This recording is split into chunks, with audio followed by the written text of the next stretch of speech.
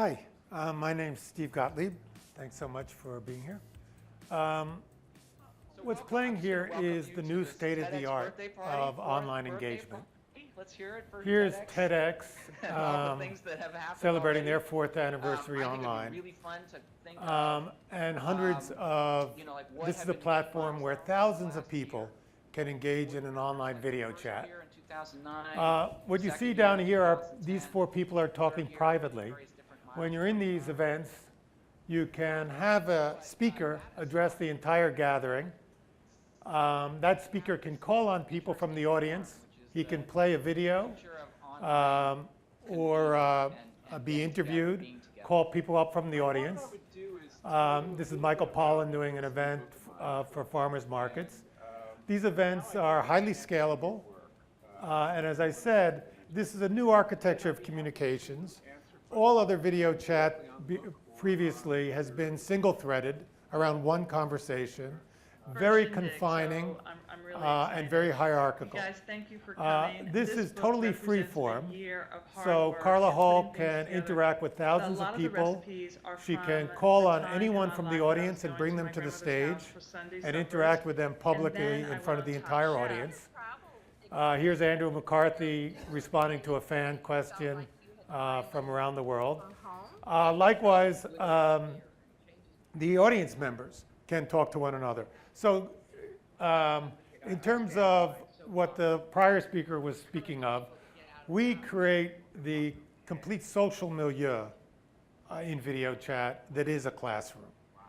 Namely, a teacher can address students at whatever scale they see appropriate, from 20 to 20,000.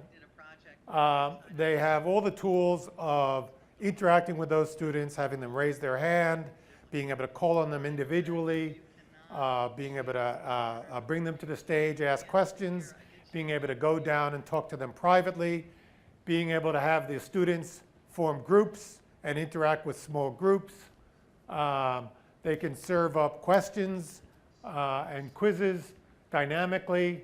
And meanwhile, the peer-to-peer engagement of students being able to talk as these 2 people are talking privately and form groups is also retained.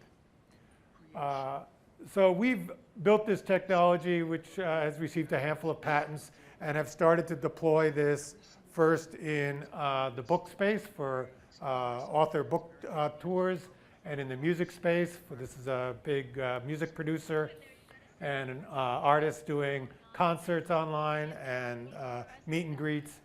Among the events we're hosting in the next 2 weeks, we have the New Republic doing events for magazine subscribers around there next week. We have a TEDx Summit going on this weekend. We have Bill Gates on the platform in 2 weeks.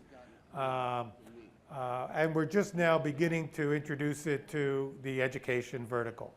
And what we want to do is we think we can potentially, among other things, be a great tool for empowering educators. Among the things we hope to do is provide the last mile in distance learning. Namely, on this platform, all the great content of high value professors can be marshaled by teachers and taught in sections, so a TA can take that courseware from a MOOC or courseware proprietary to an individual university or courseware from iTunes University and teach a class of whether it's 20 or 100 or 200 at whatever scale they feel comfortable that they can interact, lead discussions, really probe the students as to what they're retaining, motivate them, engage them, excite them, and be as flexible as they might be in their physical classroom. And that's, so we have no particular agenda as to how this platform should be used or might be used. We think it's as interesting, and one of the interesting aspects of it is that faculty members can begin to use this as they see fit. They can use it for a makeup class that they were missed, that they were out of town for. They can use it for special review. They can use it for a special aspect of a class, or it can be institutionalized with distance learning. It can be used for administrative, departmental meetings among faculty members. It can be used for alumni events to allow things on campus to be delivered to alumni. It can be used for fundraising. It can be reused to sell educational product as lead generation for paid for platforms of education. It really is a very large number of uses. It can be secured. It can be a paywall. It can be wide open to the public. It has viral tools in it, so it's totally linked into APIs for LinkedIn and Facebook and Twitter. Not only can people interact through video chat, but they can also interact through text. So they can privately text one another, as well as texting the entire class, and they can find friends and be social. So it wasn't built initially with education in mind. It was really built with the understanding that there was something more to the internet than asynchronous interactions, and that the broadcasting of material was ultimately not the fulfillment of the technological promise of the internet.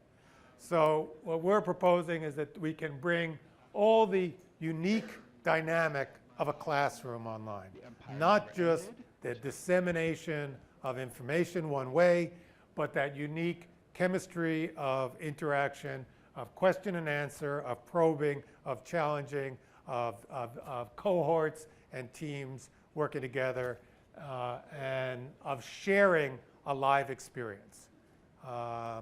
Self-motivated students have always had the opportunity of libraries and correspondence classes before the internet came along. But the ability to reach a great teacher and have them guide you through the process is brand new.